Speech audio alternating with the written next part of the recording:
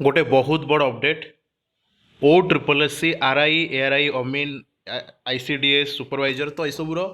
Exam date prelim exam date आपण मैंने देखिपे अंडर सीआरई 2023 साल be reconducted in CBRE mode from 8 October 2025 and may continue up to third week of November 2025। तो 8 October आपणकर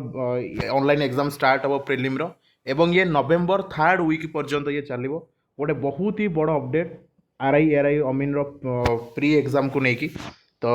गोटे बहुत बड़ अपडेट थिला। बाकी आपण मैंने आपंकर आडमिट कार्ड को डाउनलोड करेंगे और जो मक टेस्ट आपर अपलोड हो जाइए आपण मैंने जाकि यूजर आईडी पासवर्ड लॉगिन करके OSSC.gov.in रे आपण मैंने प्रिलिम मक टेस्ट देखिपारे क्यों भाई भाव में क्वेश्चन केमी आपंकर पैटर्न रोचे